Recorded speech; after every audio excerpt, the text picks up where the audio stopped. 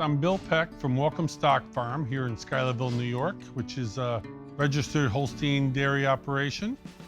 My brother and I are the 6th generation on this dairy farm here since 1836. So we currently milk 1,000 cows and crop close to 2,000 acres of corn and hay. Our goal here at Welcome Stock Farm is to breed a better cow every day. We put a great emphasis on genetics and genetic advancement. And the reason for that is, one, we think it makes us a better, more efficient dairy producer. Secondly, we market dairy genetics either through bulls or embryos around the world.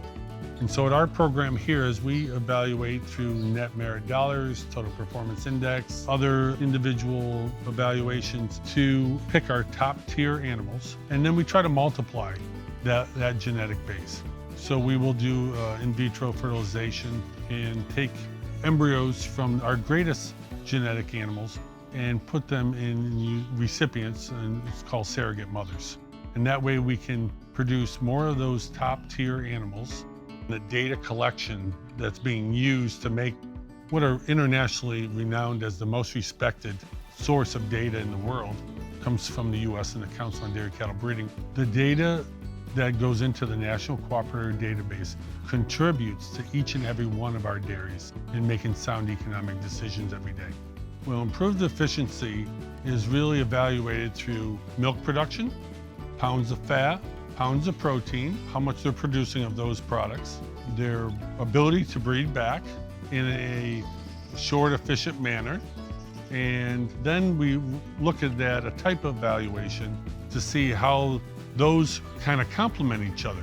Those types of things can be evaluated, but they aren't accurate unless new data is continually going into the system. There's 18 linear traits that we evaluate. Linear is just a scale, it's a measurement.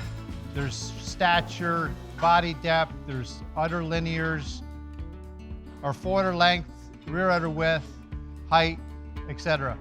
These linears go into the final breakdowns, and the breakdowns give us our final score. It takes about a minute for me to evaluate a cow. We need the information that Dan and his colleagues provide with the linear traits and the overall type evaluation to go into the National Cooperator Database to give us the best information possible collectively. Every dairy farm should contribute into the National Cooperator Database because that information is economically useful for them from a reliability of the sire side and what sires they're using, but also on the female side, from the genomic database to make better decisions on a daily basis on what heifers you want to raise, which ones you don't, which are going to be most efficient and valuable to you down the road. Without the reliability aspect, we're guessing. There's too many other uncontrollables. So as we look to the future, what are the things that not only can give us economic return on the farm, but are better for the environment in general? So some of those traits we're going to continue to look at from a producer standpoint are feed intake, feed efficiency, individual cow methane production, which almost seemed unbelievable 10 years ago, and now that research is being done.